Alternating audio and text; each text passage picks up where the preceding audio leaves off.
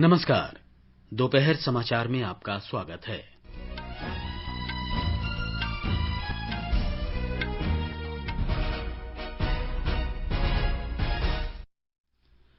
भारत ने एक ही दिन में 4 लाख से अधिक नमूनों की कोविड-19 जांच कर महत्वपूर्ण उपलब्धि हासिल की। मध्य प्रदेश के भोपाल में आज से 10 दिन का संपूर्ण लॉकडाउन लागू। भारत और ब्रिटेन ने मुक्त व्यापार समझौते के लिए प्रतिबद्धता दोहराई।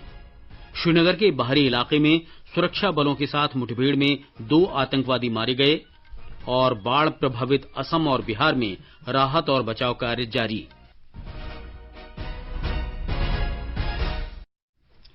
दोपहर समाचार में मैं हूं मुकेश कुमार और मेरे साथ हैं मेरी सहयोगी रवि कपूर।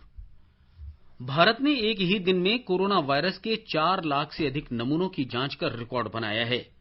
भारतीय आयुर्विज्ञान अनुसंधान परिषद ने कहा है कि 24 घंटों के भीतर रिकॉर्ड 4,20,898 नमूनों की जांच की गई। एक रिपोर्ट।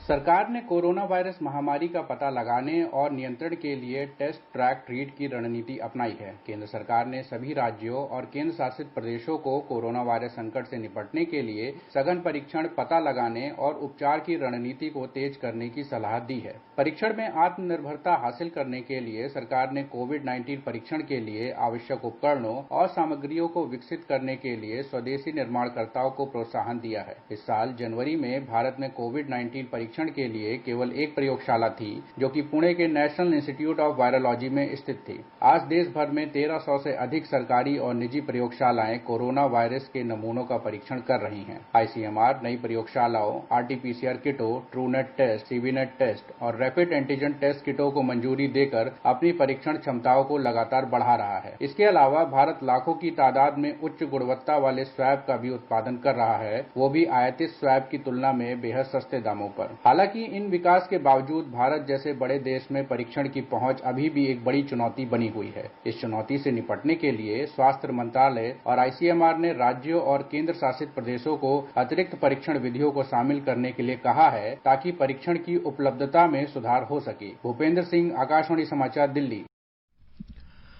देश में कोविड-19 से स्वस्थ लोगों की संख्या करीब 8.5 लाख हो गई है। स्वस्थ होने की दर 63.53% हो गई है। स्वास्थ्य और परिवार कल्याण मंत्रालय के अधिकारी ने बताया कि देश में अब तक 8,49,432 मरीज स्वस्थ हुए हैं। पिछले 24 घंटे में 48,916 लोग संक्रमित हुए। इसके साथ ही संक्रमित लोगों की कुल संख्या 13,36,861 हो गई है। इनमें से 4,56,071 मरीजों का इलाज चल रहा है। एक दिन में 757 लोगों की मौत के बाद मृतकों की संख्या 31,358 हो गई है। कोविड मरीजों की मृत्यु दर लगातार कम हो रही है और ये अब 2.34% रह गई है।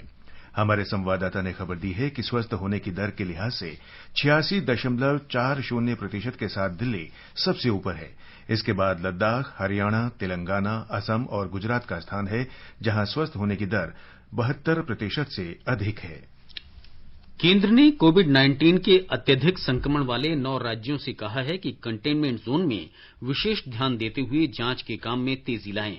ये 9 राज्य हैं: आंध्र प्रदेश, बिहार, तेलंगाना, ओडिशा, पश्चिम बंगाल, असम, कर्नाटक, झारखंड और उत्तर प्रदेश। इन राज्यों में देश में कोविड मरीजों की संख्या सबसे अधिक है। कोविड-19 महामारी के प्रभावी रोकथाम और प्रबंधन के लिए केंद्र और राज्यों की समन्वित रणनीति के तहत कैबिनेट सचिव ने कल इन 9 राज्यों के मुख्य सचिवों और स्वास्थ्य सचिवों के साथ वीडियो कॉन्फ्रेंस के माध्यम से उच्च स्तरीय समीक्षा बैठक की। कैबिनेट सचिव ने स्वास्थ्य सचिवों और अधिकारियों के साथ कोविड मरीजों की संख्या बढ़ने और इससे निपटने के उपायों की विस्तृत समीक्षा की। कुछ राज्यों में जांच की रफ्तार धीमी होने पर चिंता व्यक्त की गई। बैठक में कहा गया है कि संक्रमित लोगों का जल्द पता लगाने और संक्रमण रोकने के लिए जांच का काम तेज किया जाना चाहिए। कैबिनेट सचिव ने स्वास्थ्य और परिवार कल्याण मंत्रालय के दिशा निर्देशों के अनुसार कंटेनमेंट जोन पर विशेष ध्यान देने, मरीजों के संपर्क में आए लोगों का पता लगाने और घर घर जाकर रोगियों को ढूंढने की जरूरत पर बल दिया। राज्यों को सलाह दी गई कि बुनियादी स्वास्थ्य सुविधाओं पर विशेष ध्यान दिया जाए। प्रधानमंत्री नरेंद्र मोदी 27 जुलाई को भारतीय आयुर्विज्ञान अनुसंधान परिषद के नोएडा, कोलकाता और मुंबई स्थित 3 नई उच्च क्षमता वाली प्रयोगशालाओं का उद्घाटन करेंगे। ये कार्यक्रम शाम 4:30 बजे वीडियो कॉन्फ्रेंस के माध्यम से होगा। सरकार ने कोविड-19 महामारी की प्रारंभिक स्तर पर पहचान और उसे रोकने के लिए टेस्ट, ट्रैक, ट्रीट रणनीति अपनाई है। इसके अंतर्गत परिषद ने कोरोना वायरस के प्रकोप से सफलतापूर्वक निपटने के लिए जांच क्षमता बढ़ाने का फैसला किया है। केंद्र सरकार ने राज्यों और केंद्र शासित प्रदेशों को कोविड टेस्ट क्षमता को बढ़ाने के पहले ही निर्देश जारी कर दिए हैं। सरकार ने कहा है कि स्वीकृत प्रयोगशालाओं और टेस्ट क्षमता बढ़ाने से देश में कोविड-19 जांच क्षमता बढ़ेगी। मध्य प्रदेश की राजधानी भोपाल में आज से 10 दिन का लॉकडाउन शुरू हो गया। इसका कड़ाई से पालन कराने के लिए बड़ी संख्या में पुलिस बल तैनात किया है। राज्य के जबलपुर, ग्वालियर, दमोह और पन्ना सहित कई जिलों में 2 दिन का लॉकडाउन घोषित किया गया है। प्रदेश के मुख्यमंत्री शिवराज सिंह चौहान भी कोविड-19 से संक्रमित हो गए हैं। उन्होंने बताया कि वे एकांतवास में रहकर सरकार के दिशा निर्देशों के अनुसार उपचार कराएंगे। ब्यौरा हमारे संवाददाता से। मुख्यमंत्री शिवराज सिंह चौहान ने उनके संपर्क में आने वाले सभी लोगों से अपील की है कि वे संक्रमण की जांच करवाएं और अपने आप को क्वारंटीन कर लें। एक अन्य ट्वीट में मुख्यमंत्री ने कहा कि उनकी अनुपस्थिति में प्रदेश में कोरोना वायरस की स्थिति की समीक्षा गृह मंत्री नरोत्तम मिश्रा, शहरी विकास और प्रशासन मंत्री भूपेंद्र सिंह, चिकित्सा शिक्षा मंत्री विश्वास सारंग और स्वास्थ्य मंत्री प्रभुराम चौधरी करेंगे। इस बीच राजधानी में 10 दिन की तालाबंदी लागू होने से पहले कल बाजारों में भीड़ उमड़ी रही। लोग सुबह से ही शॉपिंग मॉल पहुंच गए थे। प्रमुख चौराहों पर लोगों को दिन भर ट्रैफिक जाम का सामना भी करना पड़ा। इससे पहले राज्य सरकार ने कल लॉकडाउन के लिए दिशा निर्देश भी जारी कर दिए। इनके मुताबिक लॉकडाउन के दौरान केवल आवश्यक सेवाओं की अनुमति दी गई है। लोगों की आवाजाही पूरी तरह से प्रतिबंधित है और किसी भी आकस्मिक स्थिति में शहर से बाहर आने जाने के लिए ई पास लेना होगा। उधर मध्य प्रदेश में बीते 24 घंटों में कोविड-19 के 736 नए मामलों के साथ ही राज्य में कोरोना संक्रमित लोगों की संख्या बढ़कर 26,210 हो गई है, जबकि राज्य में इस बीमारी से मरने वालों की संख्या 791 है। संजीव शर्मा, आकाशवाणी समाचार, भोपाल। महाराष्ट्र के नागपुर शहर में कोविड-19 के मामलों की बढ़ती संख्या को देखते हुए आज से 2 दिन के जनता कर्फ्यू की शुरुआत हुई। आवश्यक वस्तुओं की दुकानों को इससे छूट दी गई है। नागपुर में कोरोना संक्रमण के सक्रिय मामलों की संख्या 1188 है। इस बीच सोलापुर में कोविड रोगियों को योगाभ्यास के साथ ही पौष्टिक आहार उपलब्ध कराया जा रहा है। देश में कोविड महामारी के खिलाफ चल रही जंग में योग साधना मानसिक और शारीरिक स्वास्थ्य ठीक रखने में कारगर साबित हो रही है। पश्चिम महाराष्ट्र के सोलापुर जिले के एक कोविड केयर सेंटर में मरीजों के लिए हर दिन योग साधना के सत्र आयोजित किए जाते हैं। प्राणायाम समेत विभिन्न योगासन यहाँ पर सिखाए जाते हैं। साथ ही मनोरंजन के लिए FM रेडियो के संगीत का उपयोग किया जाता है। महाराष्ट्र टूरिज्म डिपार्टमेंट के hotel management and catering technology college में बनाए गए इस 300 मरीजों की क्षमता वाले केंद्र में फिलहाल 178 मरीज भर्ती है। सुबह 7 से 8 के बीच विशेषज्ञों द्वारा यहाँ योगाभ्यास सिखाया जाता है और उनके कहने के अनुसार प्राणायाम से सांस की तकलीफें 70% तक कम हुई है। साथ ही स्वास्थ्यपूर्ण आहार की वजह से मरीजों की रोग प्रतिरोधक क्षमता में वृद्धि होकर उनके स्वास्थ्य में तेजी से सुधार हो रहा है। अपने अनोखे उपायों के कारण सोलापुर का ये कोविड केयर सेंटर अन्य सेंटर के लिए एक मिसाल बन गया है। कुणाल शिंदे के साथ शैलेश पाटिल, आकाशवाणी समाचार, मुंबई। हिमाचल प्रदेश सरकार ने कोविड के अत्यधिक संक्रमित 4 इलाकों में इस महीने की 28 तारीख तक लॉकडाउन लागू करने का निर्णय लिया है। इन क्षेत्रों को पूरी तरह सील कर दिया जाएगा और कोरोना वायरस के संक्रमण के मामलों और संक्रमित लोगों के संपर्कों में आए लोगों का पता लगाने के काम में तेजी लाई जाएगी।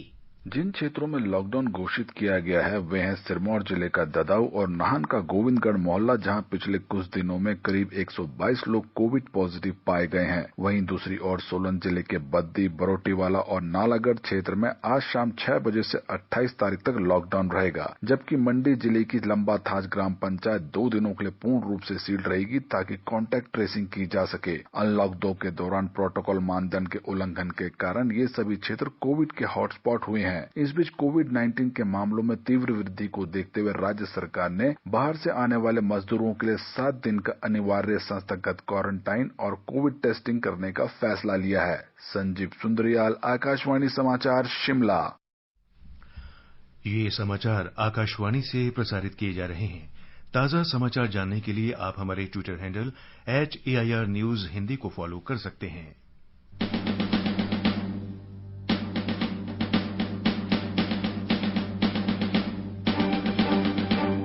आओ नमन करें उनको जिनके हिस्से ये मुकाम आया।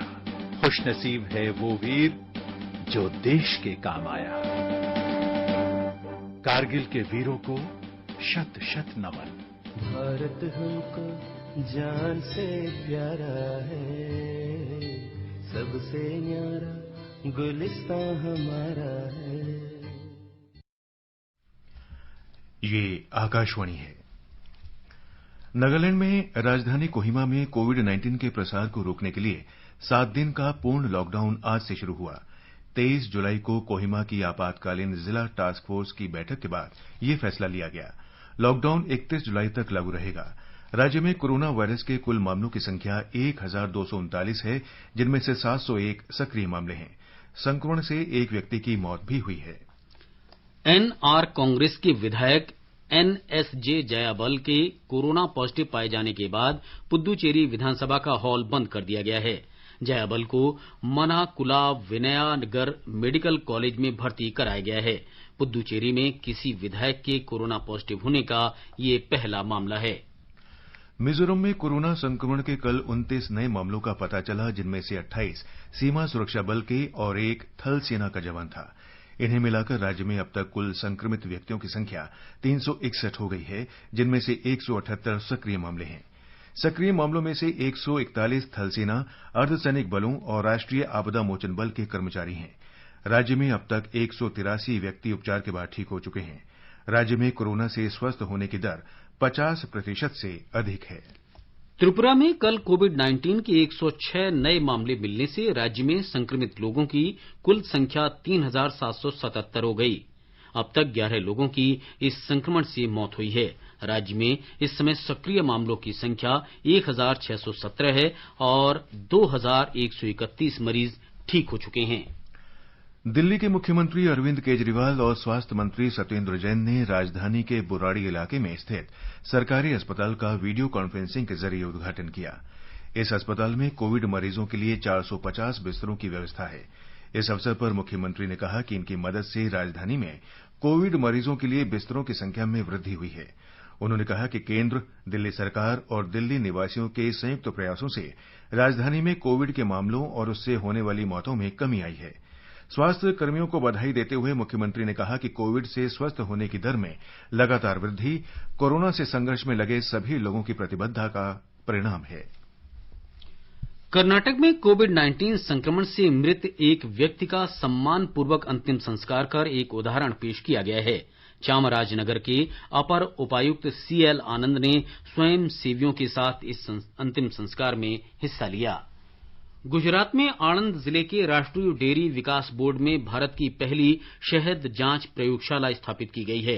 ऑनलाइन माध्यम से कल इसका उद्घाटन करते हुए केंद्रीय कृषि मंत्री नरेंद्र सिंह तोमर ने कहा कि इस प्रयोगशाला में खाद्य सुरक्षा नियामक संस्था FSSAI नियमों के अनुसार शहद की गुणवत्ता की जांच की जाएगी। श्री तोमर ने कहा कि गुणात्मक मधु निर्यात को बढ़ावा देने और किसानों को अच्छी कीमत दिलाने में सहायक होगा। उन्होंने बताया कि सरकार किसानों की आमदनी दोगुनी करने के हिस्से के तौर पर मधुमक्खी पालन को बढ़ावा दे रही है। उन्होंने ये भी बताया कि मधुमक्खी पालन व्यापार को बढ़ावा देने के लिए सरकार ने 500 करोड़ रुपए का प्रावधान किया है, जिससे संबंधित व्यापार का आधारभूत ढांचा विकसित किया जाएगा।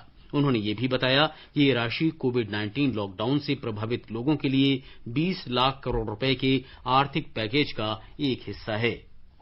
गुजरात में खाद्य और औषधि नियंत्रण प्रशासन ने टॉसिलिजुमैब और रेमडेसिविर के इंजेक्शनों की कालाबाजारी का पता लगाया है। हमारे संवाददाता ने खबर दी है कि इस मामले में सूरत और अहमदाबाद के 4 लोगों पर कार्रवाई की गई है। पुणे स्थित माईलैब डिस्कवरी सॉल्यूशंस ने अपने कोविड-19 पैथोडिटेक्ट्स जांच किट RT-PCR के उत्पादन को तेज कर दिया है। केंद्रीय जैव प्रौद्योगिकी विभाग की सचिव रेणु स्वरूप ने बताया कि कोविड महामारी से लड़ाई में स्वदेशी परीक्षण किटों को महत्वपूर्ण माना गया है। उन्होंने कहा कि माईलैब द्वारा पैथोडिटेक्ट उत्पादन को बढ़ाना इस दिशा में एक महत्वपूर्ण कदम है। इस समय माईलैब की उत्पादन क्षमता 2 लाख RT-PCR है। माईलैब ने कोरोना वायरस का पता लगाने के लिए केंद्रीय औषध मानक नियंत्रण संगठन और भारतीय आयुर्विज्ञान अनुसंधान परिषद की मंजूरी हासिल की है। जम्मू कश्मीर प्रशासन देश के विभिन्न राज्यों और केंद्र शासित प्रदेशों में फंसे अपने 2,60,000 निवासियों को वापस लाई है। हमारे जम्मू संवाददाता ने खबर दी है कि इन लोगों को विशेष रेलगाड़ियों और बसों के जरिए वापस लाया गया है। 63,000 से अधिक लोगों को लेकर 73 रेलगाड़ियां जम्मू और 15,696 लोगों को लेकर 21 विशेष रेलगाड़ियां उधमपुर पहुंची। वंदे भारत मिशन के अंतर्गत एयर इंडिया 53 देशों से 2.5 लाख से अधिक भारतीयों को स्वदेश लाया है। एयर इंडिया ने बताया कि वंदे भारत मिशन का 5वां चरण 1 अगस्त से आरंभ होगा। कंपनी ने कई और देशों तथा उड़ानों को वंदे भारत अभियान में शामिल किया है, जिनकी सूचना जल्द ही जारी की जाएगी। नागर विमानन मंत्रालय ने हवाई यात्रा किराया बढ़ाने पर लगी रोक 24 नवंबर तक बढ़ा दी है। लॉकडाउन के बाद विमानन कंपनियों को परिचालन की अनुमति मिलने के बाद 21 मई को यह आदेश जारी किया गया था। इसमें हवाई यात्रा की दूरी के आधार पर किराए की श्रेणी निर्धारित की गई थी। कोरोना महामारी फैलने के बाद मंत्रालय ने घरेलू विमान किराया बढ़ाने पर रोक लगाई थी और उड़ानों के किराए की अधिकतम तथा न्यूनतम सीमा तय की थी। हवाई यात्रा की बढ़ी मांग के कारण किराए में अत्यधिक वृद्धि रोकने के लिए अधिकतम सीमा तय की गई थी। आकाशवाणी का समाचार सेवा प्रभाग आज रात 9:30 बजे से अपने द्विभाषी फोन इन कार्यक्रम में कोविड-19 पर विशेष परिचर्चा प्रसारित करेगा। अखिल भारतीय आयुर्विज्ञान संस्थान नई दिल्ली के मनोचिकित्सा विभाग के प्रोफेसर आनंद कुमार इस परिचर्चा में भाग लेंगे। श्रोता स्टूडियो में टोल फ्री नंबर 1800-11-5767 और 011-2331-4444 पर फोन कर विशेषज्ञ से सवाल पूछ सकते हैं। #AskAIR का इस्तेमाल कर Twitter handle @AIR news alert से भी सवाल पूछे जा सकते हैं। ये कार्यक्रम FM गोल्ड और अतिरिक्त मीटरों पर सुना जा सकता है।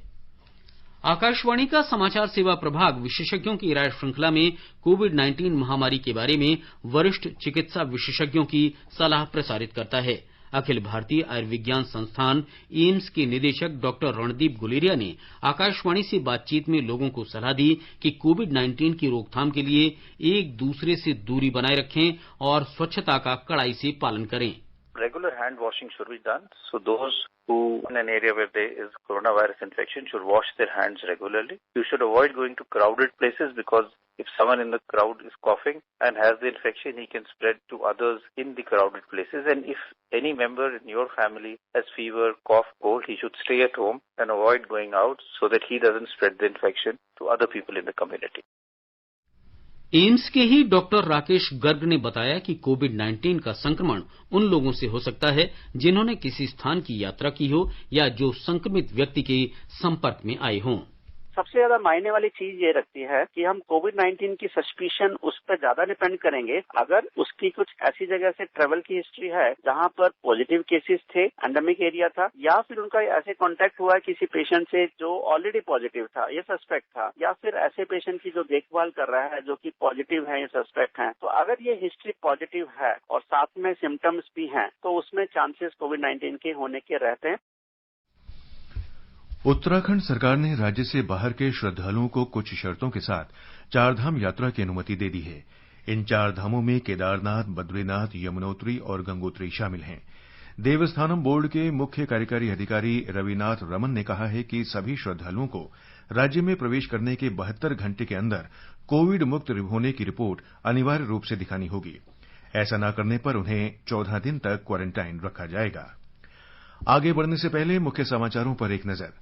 भारत ने एक ही दिन में 4 लाख से अधिक नमूनों की कोविड-19 जांच करके महत्वपूर्ण उपलब्धि हासिल की। मध्य प्रदेश के भोपाल में आज से 10 दिन का संपूर्ण लॉकडाउन लागू। भारत और ब्रिटेन ने मुक्त व्यापार समझौते के लिए प्रतिबद्धता दोहराई। श्रीनगर के बाहरी इलाके में सुरक्षा बलों के साथ मुठभेड़ में 2 आतंकवादी मारे गए और बाढ़ से प्रभावित असम और बिहार में राहत और बचाव कार्य जारी। भारत और ब्रिटेन ने आपसी मुक्त व्यापार समझौते के लिए प्रतिबद्धता दोहराई है। मुक्त व्यापार समझौते की दिशा में प्रारंभिक उपायों के तौर पर दोनों पक्ष सीमित व्यापार समझौता करेंगे। ये घोषणा आर्थिक और व्यापार समिति की 14वीं बैठक के दौरान की गई। ये बैठक कल वीडियो कॉन्फ्रेंसिंग के माध्यम से हुई। वाणिज्य और उद्योग मंत्री पीयूष गोयल और ब्रिटेन के अंतर्राष्ट्रीय व्यापार राज्य मंत्री एलिजाबेथ ट्रस ने बैठक की संयुक्त अध्यक्षता की। वाणिज्य और उद्योग राज्य मंत्री हरदीप सिंह पुरी और ब्रिटेन के अंतर्राष्ट्रीय व्यापार राज्य मंत्री रानिल जयवर्धने भी बैठक में उपस्थित थे। बैठक में ये निर्णय लिया गया कि बातचीत को आगे बढ़ाने के लिए श्री गोयल और सुश्री ट्रस के बीच विचार विमर्श नई दिल्ली में इस वर्ष बाद में होगा। बातचीत को गति देने के लिए श्री पुरी और श्री जयवर्धने के बीच मासिक बैठकें होंगी। दोनों पक्षों ने विशेष रूप से कोविड-19 महामारी को देखते हुए स्वास्थ्य क्षेत्र में सहयोग करने का भी संकल्प लिया। भारत से बांग्लादेश के लिए पहली कंटेनर ट्रेन सेवा शुरू हो गई है। Container corporation of India limited के कोलकाता स्थित माजरहाट टर्मिनल से कल इस कंटेनर ट्रेन को रवाना किया गया। इसमें साबुन, शैम्पू और कपड़ा जैसी उपभोक्ता वस्तुएं ले जाई जा रही हैं। 50 कंटेनरों के साथ ये ट्रेन रविवार को बांग्लादेश के बेनापोल स्टेशन पर पहुंच जाएगी। कंटेनर कॉर्पोरेशन ऑफ इंडिया और बांग्लादेश कंटेनर कंपनी लिमिटेड के बीच वर्ष 2017 में समझौता ज्ञापन पर हस्ताक्षर किए जाने के बाद कंटेनर ट्रेनों की ये आवाजाही शुरू हुई है। कोविड-19 महामारी के कारण भारत और बांग्लादेश के बीच वस्तुओं की आवाजाही प्रभावित हुई थी। बांग्लादेश में भारतीय उच्चायोग में रेलवे से संबंधित सलाहकार अनीता बारिक ने हमारे ढाका संवाददाता को बताया कि भारत और बांग्लादेश के बीच कंटेनर ट्रेन सेवा नियमित रूप से जारी रहेगी। सरकार ने ई कॉमर्स कंपनियों के लिए नए नियम अधिसूचित किए हैं। अधिसूचना के अनुसार अब सभी उत्पादों पर यह लिखना अनिवार्य होगा कि वो उत्पाद किस देश में तैयार हुआ है। इसका अनुपालन न करने पर दंडात्मक कार्रवाई का प्रावधान है। 23 जुलाई को जारी इस अधिसूचना का उद्देश्य उपभोक्ताओं के विवाद को निपटाने के लिए समयबद्ध और प्रभावी प्रशासनिक व्यवस्था कायम कर उपभोक्ताओं के हितों का संरक्षण करना है। नई नियमावली भारत सहित अन्य देशों में पंजीकृत ऐसे सभी ऑनलाइन खुदरा विक्रेताओं पर लागू होगी जो भारतीयों को वस्तु अथवा सेवा उपलब्ध करा रहे हों। नए नियमों से केंद्र सरकार को ई कॉमर्स और सीधी बिक्री के लिए व्यापार के अनुचित तरीके पाए जाने पर कार्रवाई का अधिकार मिलेगा। इन नियमों के अनुसार अब इन कंपनियों को सामान वापस लौटाने की सुविधा को आसान बनाना होगा, ग्राहक की शिकायतों का निपटान और व्यापारियों के साथ भेदभाव का समाधान करना होगा। ई कॉमर्स कंपनियों को खरीदारी के लिए उपलब्ध वस्तु और सेवा की कुल कीमत बतानी होगी और अन्य शुल्कों का ब्यौरा भी देना होगा। अधिसूचना के साथ ही ई कॉमर्स कंपनियों के लिए शिकायत निपटान अधिकारी की नियुक्ति अनिवार्य हो जाएगी ताकि शिकायतों का समय पर निपटान हो सके। ये समाचार हमारी वेबसाइट newsonair.com और हमारे मोबाइल ऐप newsonair/हिंदी पर भी उपलब्ध हैं। सरहद की रक्षा की खातिर अड़े रहे वो सीनाता, शहीद हुए जो वीर सेनानी, अजर अमर उनका बलिदान, अजर अमर उनका बलिदान। कारगिल दिवस पर सेना के वीर शहीद सेनानियों को देश का शत शत नमन। दोपहर समाचार में आपका फिर स्वागत है। केंद्र शासित प्रदेश जम्मू कश्मीर में श्रीनगर के बाहरी इलाके में पंजीनाडा क्षेत्र के निकट रणबीरगढ़ में सुरक्षा बलों के साथ मुठभेड़ में 2 आतंकवादी मारे गए। खुफिया सूचना मिलने पर पुलिस, सेना और केंद्रीय रिजर्व पुलिस बल की संयुक्त टीम ने इलाके की घेराबंदी और छानबीन शुरू की थी। संयुक्त टीम के संदिग्ध ठिकाने पर पहुंचने पर आतंकवादियों ने गोलीबारी शुरू कर दी थी। सुरक्षा बलों की जवाबी कार्रवाई में 2 आतंकवादी मारे गए। आकाशवाणी से विशेष बातचीत में जम्मू कश्मीर के पुलिस महानिदेशक दिलबाग सिंह ने बताया कि आतंकवादियों की पहचान की जा रही है।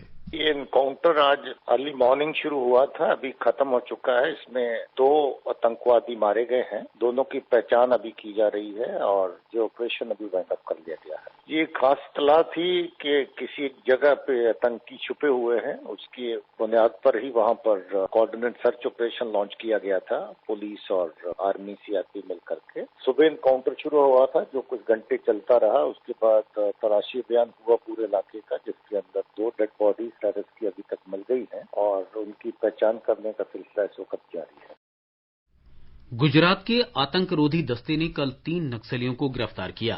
इनमें से 2 को राज्य के आदिवासी बहुल तापी जिले के व्यारा तालुका से और तीसरे को महिसागर जिले के संतरामपुर तालुका से गिरफ्तार किया गया। सरकारी विज्ञप्ति में कहा गया है कि ये लोग झारखंड से हैं और राज्य में सती पति आदिवासी समुदाय को सरकार के खिलाफ उकसाने में लगे थे। इनके पास से माओवादी साहित्य भी बरामद किया गया है। राष्ट्रपति रामनाथ कोविंद के कार्यकाल के आज 3 वर्ष पूरे हो गए। उन्होंने पिछले वर्ष जुलाई से अब तक 9 राष्ट्राध्यक्षों और राष्ट्रपतियों की भारत में मेजबानी की। इनमें Britain, Sri Lanka, Zambia, Sweden, Brazil, Mongolia, पुर्तगाल, नीदरलैंड और म्यांमार के राष्ट्राध्यक्ष शामिल हैं। श्री कोविंद ने 5 महाद्वीपों के 15 वैश्विक नेताओं की भी मेजबानी की। कोविड महामारी के कारण राष्ट्रपति भवन के इतिहास में पहली बार वीडियो कॉन्फ्रेंस के माध्यम से नियुक्ति पत्र भी प्रदान किए गए। राष्ट्रपति ने केंद्र सरकार के 48 विधायकों और राज्यों के 22 विधेयकों को मंजूरी प्रदान की। राष्ट्रपति ने 13 अध्यादेश जारी किए तथा 11 राज्यों में राज्यपालों की नियुक्ति की। श्री कोविंद ने अपने कार्यकाल के तीसरे वर्ष 19 राज्यों और 4 केंद्र शासित प्रदेशों की यात्रा की। उन्होंने भारतीय प्रौद्योगिकी संस्थान रुड़की, जामिया मिलिया इस्लामिया और सिक्किम विश्वविद्यालय सहित 9 दीक्षांत समारोह को संबोधित किया। राष्ट्रपति भवन में सरकारी समारोहों और बैठकों के दौरान पानी की प्लास्टिक बोतलों के स्थान पर कांच की बोतलों का इस्तेमाल शुरू किया गया। असम में बाढ़ से कोई राहत नहीं है। कई नदियां खतरे के निशान से ऊपर बह रही हैं। राज्य में 27 लाख लोग प्रभावित हैं। अनेक घर और पशु बाढ़ में बह गए हैं। धुबरी, ग्वालपाड़ा और बरपेटा बुरी तरह प्रभावित हैं। 1,17,000 हेक्टेयर क्षेत्र में फसल बाढ़ में डूबी है। केंद्रीय और राज्य आपदा मोचन बल की टीमें राहत और बचाव कार्य में लगी हैं। बिहार के 10 जिलों में बाढ़ की विभीषिका जारी है। दरभंगा, मुजफ्फरपुर, गोपालगंज, सुपौल, पूर्वी और पश्चिमी चंपारण बाढ़ से सर्वाधिक प्रभावित हैं। लगभग 10 लाख लोग बाढ़ की चपेट में हैं। जल संसाधन मंत्री संजय कुमार झा ने बताया कि आज भारतीय वायुसेना के 3 हेलीकॉप्टर बाढ़ प्रभावित क्षेत्रों की सेवा में लगा दिए गए हैं। इन हेलीकॉप्टरों से बाढ़ प्रभावितों तक सूखा भोजन और आवश्यक सामग्री पहुंचाई जा रही है। हमारे संवाददाता ने बताया है कि राष्ट्रीय आपदा मोचन बल और राज्य आपदा मोचन बल की 22 टीमें राहत और बचाव कार्य में लगा दी गई हैं। बाढ़ से घिरे लोगों को सुरक्षित स्थानों पर पहुंचाया जा रहा है। 1 लाख से अधिक लोग राहत शिविर में शरण लिए हुए हैं। बाढ़ के कारण कच्चे मकानों और खड़ी फसल को व्यापक नुकसान पहुंचा है। सड़क और रेल पटरी पर पानी आ जाने के कारण ट्रेनों और वाहनों का परिचालन कई जगह बाधित है। रेलवे ने सुरक्षा को ध्यान में रखते हुए दरभंगा, समस्तीपुर और नरकटियागंज सुगौली रेलखंड पर ट्रेनों का परिचालन रोक दिया है। इन रेलखंडों पर चलने वाली ट्रेनों को परिवर्तित मार्ग से चलाई जा रही है। बागमती, बूढ़ी गंडक, कोसी और अधवारा समूह की नदियां खतरे के निशान से ऊपर बह रही है। मौसम विभाग ने अगले 24 घंटों के दौरान उत्तर बिहार के अधिकांश इलाकों में भारी बारिश का अनुमान व्यक्त किया है। आकाशवाणी समाचार के लिए पटना से कृष्ण कुमार लाल। और अब एक नजर देश के विभिन्न भागों में आज के मौसम पर।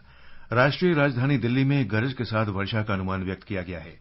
न्यूनतम तापमान 25 डिग्री सेल्सियस रिकॉर्ड किया गया। अधिकतम 35 डिग्री सेल्सियस रहने का अनुमान है। मुंबई में भी बादल छाए रहेंगे और मध्यम बारिश होने की संभावना है। न्यूनतम तापमान 26 डिग्री सेल्सियस रहा। अधिकतम 31 डिग्री सेल्सियस तक जा सकता है। चेन्नई में तापमान 28 से 35 डिग्री सेल्सियस के बीच रहेगा। यहां बादल छाए रहेंगे और हल्की बूंदाबांदी हो सकती है। कोलकाता में भी आंशिक रूप से बादल छाए रहने और गरज के साथ वर्षा होने की संभावना है। न्यूनतम तापमान 27 डिग्री सेल्सियस रिकॉर्ड किया गया। अधिकतम तापमान 33 डिग्री सेल्सियस रहने का अनुमान है। जम्मू कश्मीर के जम्मू में न्यूनतम तापमान 25 डिग्री सेल्सियस रहा। अधिकतम तापमान 35 डिग्री सेल्सियस तक जा सकता है। शहर में आमतौर पर मौसम साफ रहेगा, लेकिन शाम को आंशिक रूप से बादल छाए रहने की संभावना है। श्रीनगर में तापमान 21 से 33 डिग्री सेल्सियस के बीच रहेगा। यहां आसमान साफ रहेगा, लेकिन दोपहर बाद या शाम तक बादल घिर सकते हैं। लद्दाख के लेह में भी दोपहर बाद या शाम तक बादल छाने की उम्मीद है। तापमान 12 से 27 डिग्री सेल्सियस के बीच रहेगा। गिलगित में न्यूनतम तापमान 15 डिग्री सेल्सियस रिकॉर्ड किया गया। अधिकतम 36 डिग्री सेल्सियस तक जा सकता है। शाम तक बादल घिरने के आसार हैं। मुजफ्फराबाद में भी आंशिक रूप से बादल छाए रहेंगे और कुछ स्थानों पर गरज के साथ बारिश हो सकती है। अंत में मुख्य समाचार एक बार फिर। भारत ने एक ही दिन में 4 लाख से अधिक नमूनों की कोविड-19 जांच कर महत्वपूर्ण उपलब्धियां हासिल की। मध्य प्रदेश के भोपाल में आज से 10 दिन का संपूर्ण लॉकडाउन लागू। भारत और ब्रिटेन ने मुक्त व्यापार समझौते के लिए प्रतिबद्धता दोहराई। श्रीनगर के बाहरी इलाके में सुरक्षा बलों के साथ मुठभेड़ में 2 आतंकवादी मारे गए और बाढ़ से प्रभावित असम और बिहार में राहत और बचाव कार्य जारी। इसके साथ ही दोपहर समाचार का ये अंक समाप्त हुआ। नमस्कार।